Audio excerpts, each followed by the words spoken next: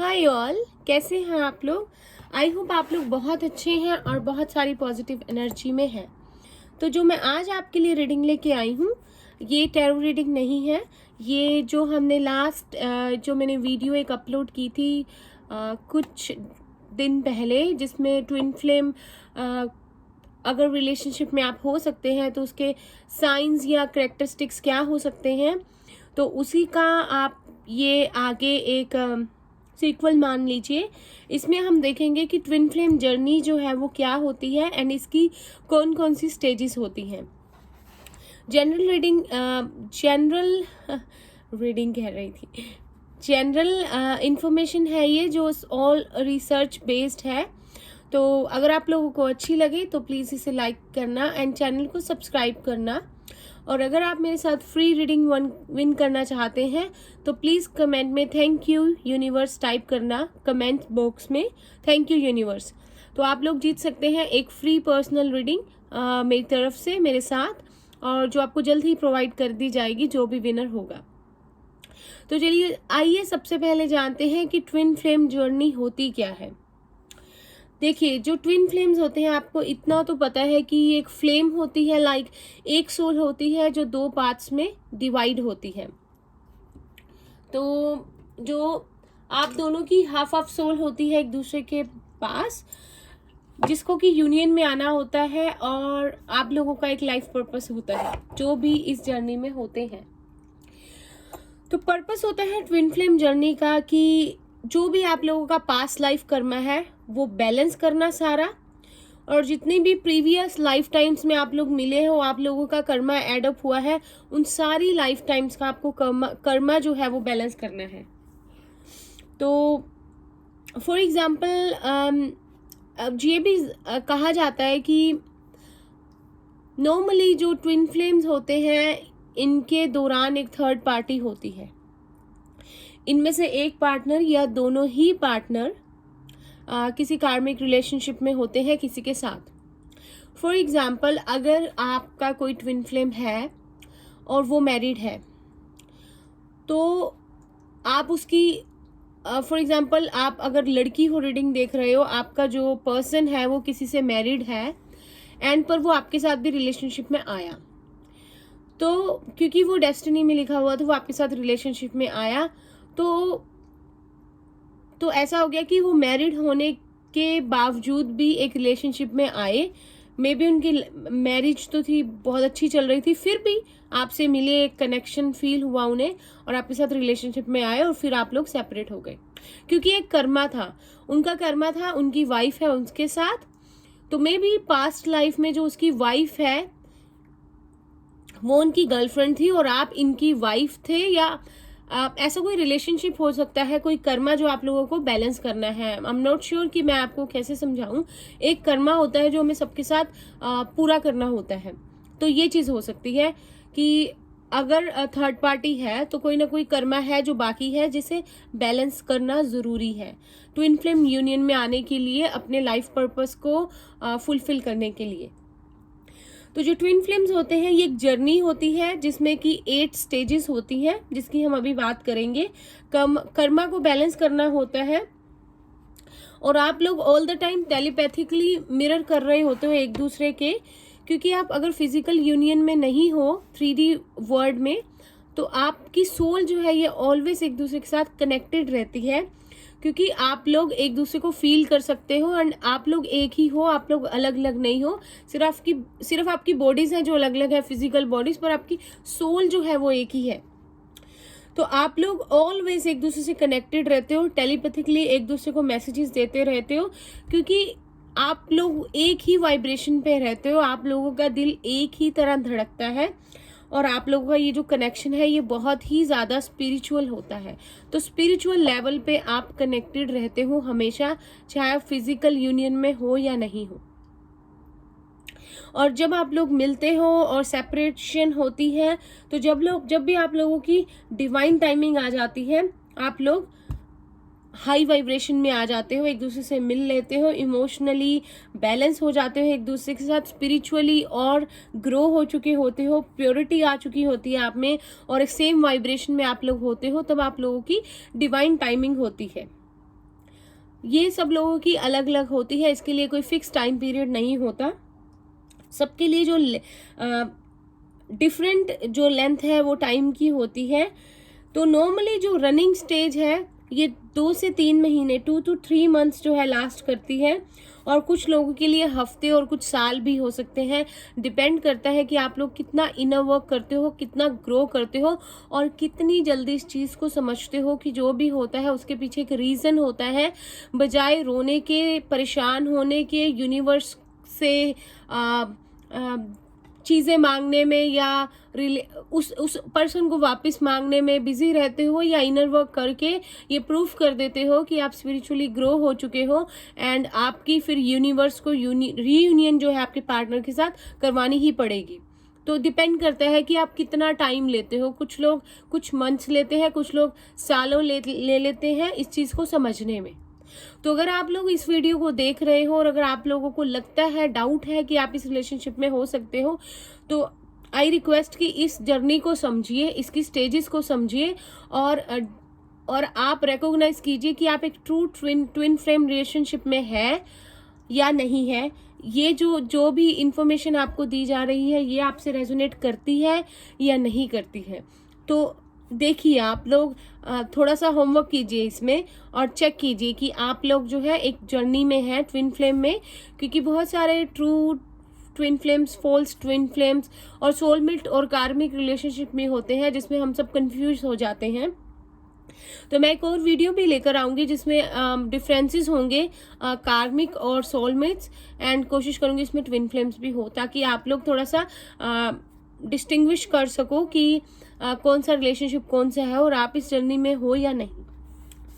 तो फर्स्ट अगर हम बात करें ट्विन फ्लेम जर्नी की, तो इसमें 8 स्टेजेस होती हैं, पूरी 8 स्टेजेस होती हैं आपकी ट्विन फ्लेम जर्नी में। तो सबसे फर्स्ट अगर आपकी स्टेज की बात की जाए तो ये होता है यर्निंग फॉर द वन। ऐसा होता है कि अगर आप लोगों को लगता है कि आप लोग, जैसे कि आप लोग किसी रिलेशनशिप में हैं, आपका कोई बॉयफ्रेंड है या हो सकता है आप लोग मैरिड हैं, लेकिन आपको हर समय यही लगता रहता है कि आपका कोई पार्ट मिसिंग है, कुछ तो जिंदगी में है जो कंप्लीट नहीं है, और आपकी कोई कमी है जिंदगी में जो पूरी नहीं हुई है। हर पल आपको रहता है कि आपके लिए कोई एक वो है जो आएगा और आपको कंप्लीट कर देगा, और आपको उसके पीछे का रीजन भी नहीं पता होता कि ऐसा आपको क्यों फील हो रहा है। बहुत सारे लोग होते हैं जो इस जर्नी में होते हैं, एंड देन उनको बहुत सारे ड्रीम्स आते हैं, एंड अक्सर वो इन ड्रीम्स का मतलब नहीं समझ पाते।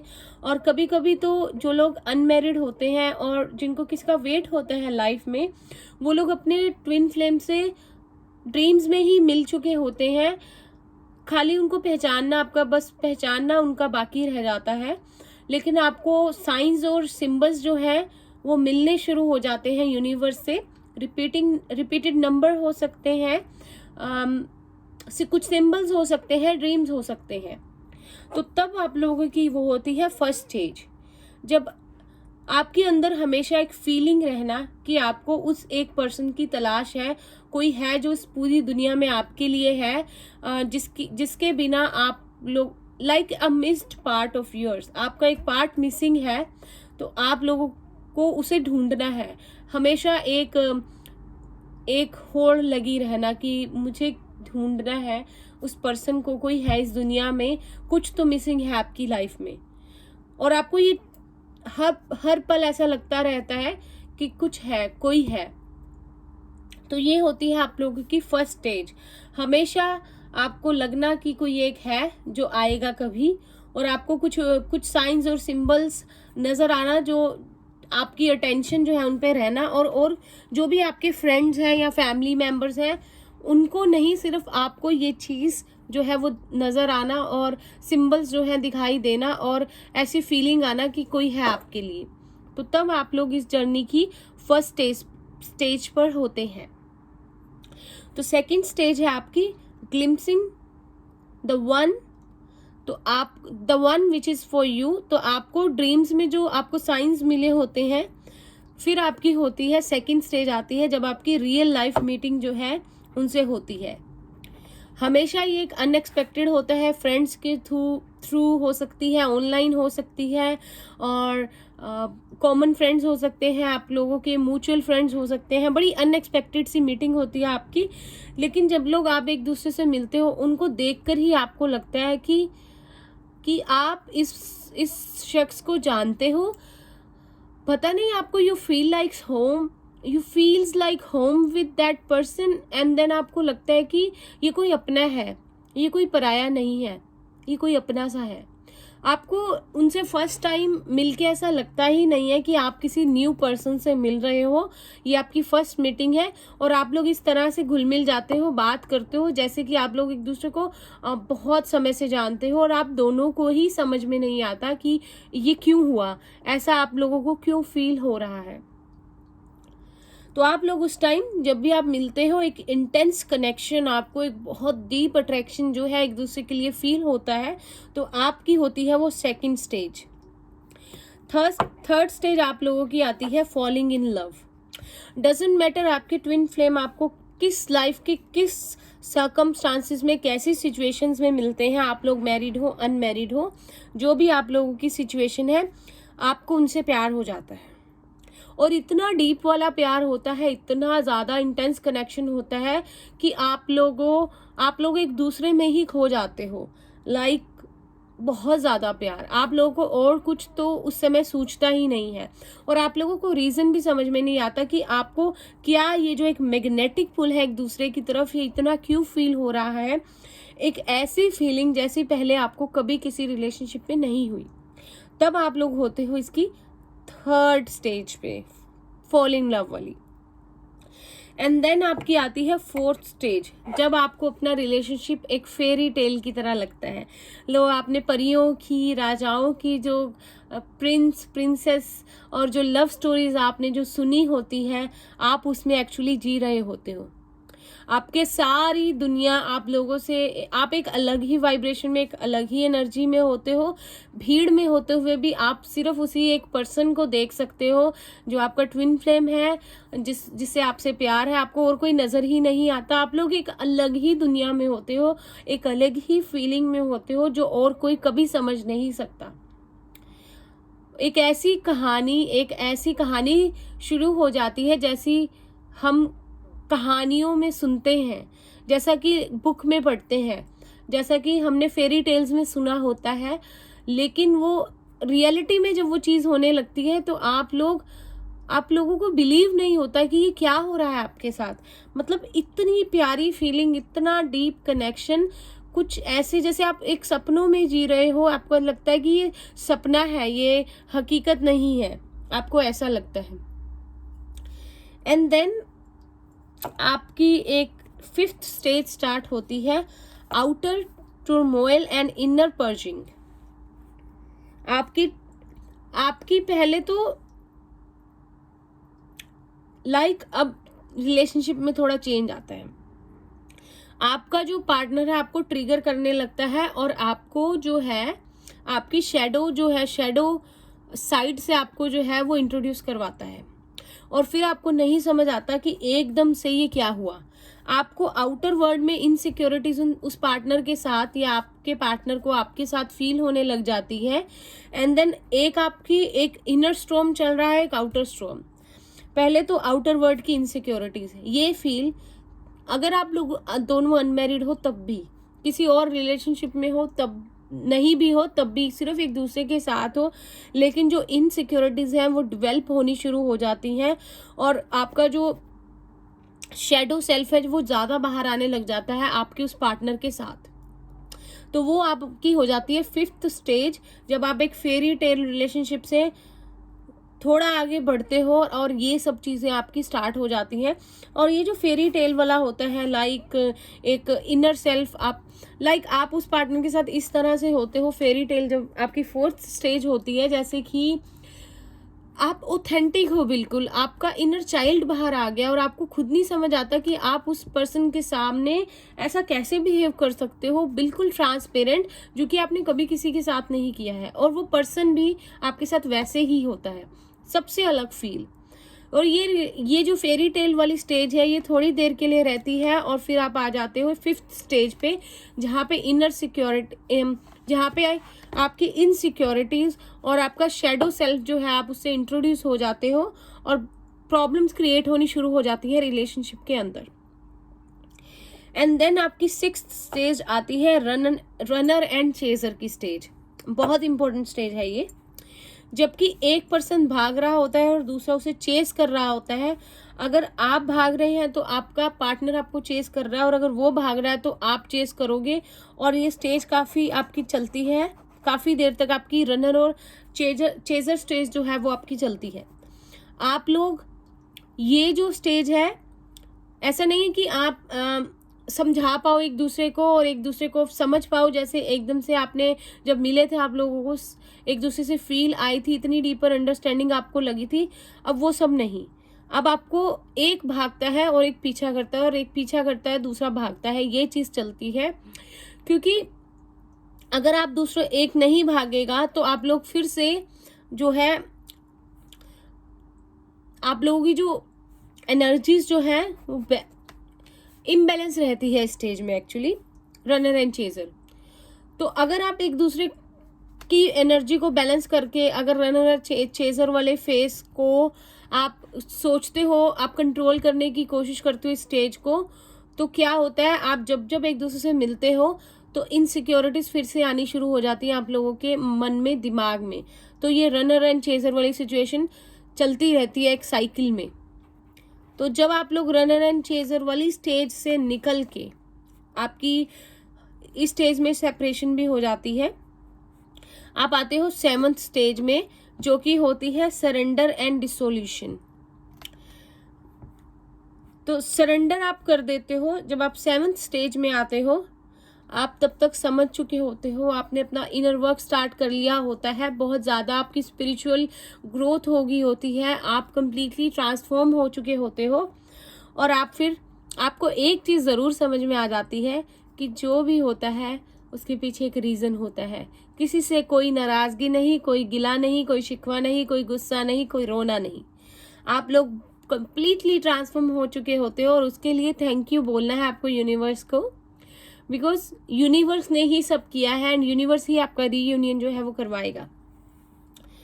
तो सरेंडर वाली स्टेज पे जब आप आते हो तो आप लोग डिवाइन को पूरी तरह से सरेंडर कर देते हो, बिना किसी डाउट के कि ये होना ज़रूरी था। और जब भी अब डिवाइन टाइमिंग आएगा, आप दोनों एक दूसरे से मिलोगे, तो यूनिवर्स अपने आप वो चीज़ जो कर देगा। आपको सिर्फ अपना इनर वर्क कंप्लीट करना है और ट्रस्ट रखना है, और बिना किसी डाउट के सरेंडर कर देना है डिवाइन को। तो आप आ जाते हो 7th स्टेज पे। फिर आती है आपकी 8th स्टेज, वननेस। इसमें क्या होता है कि आपकी एनर्जीज मर्ज हो जाती हैं अपने ट्विन फ्लेम के साथ कंप्लीटली, और आपको फील होने लग जाता है कि आप लोग एक ही हो, आप लोग दो नहीं हो। भले ही आप लोग अलग अलग फिजिकल बॉडीज में हो, लेकिन यू आर द वन। आप लोग एक हो, कोई दो नहीं है। आप लोग अपने ट्विन फ्लेम को फील करने लग जाते हो। मेडिटेशन में अगर आप मेडिटेशन करते हो, आपको अपने ट्विन फ्लेम जो है कभी नजर आ सकते हैं, ड्रीम्स में आपको दिखने शुरू हो जाते हैं। आप फील करने लग जाते हो वो आपके साथ बैठे हैं, आपको हक कर रहे हैं, आपको किस कर रहे हैं। आप फील करने लग जाते हो उनको रोमांटिकली अपने साथ। और फिर आपको जब ये फीलिंग आती है वननेस वाली कि आप एक ही हो, एक ही सोल हो, तब जो है ये आपकी जो है आप 8th स्टेज पे होते हो। और फिर आपका जो उसके बाद जो है रीयूनियन जो है डिवाइन टाइमिंग में आपका हो जाता है। तो ये थी 8 स्टेजेस ट्विन फ्लेम रिलेशनशिप की।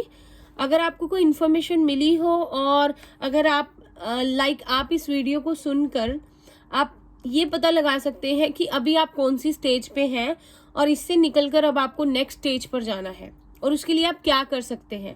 अगर आपको लोगों के कोई भी क्वेश्चंस हो, मुझे प्लीज़ कमेंट्स में आप बता सकते हैं। मैं ट्राई करूंगी आप लोगों के आंसर देने की। मैंने रिसर्च की है इस टॉपिक पे, सारा ही जो मटेरियल है इस वीडियो में रिसर्च बेस्ड है। और all the best for your journey.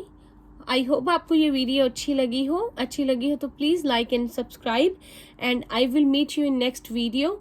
Till then bye bye, take care.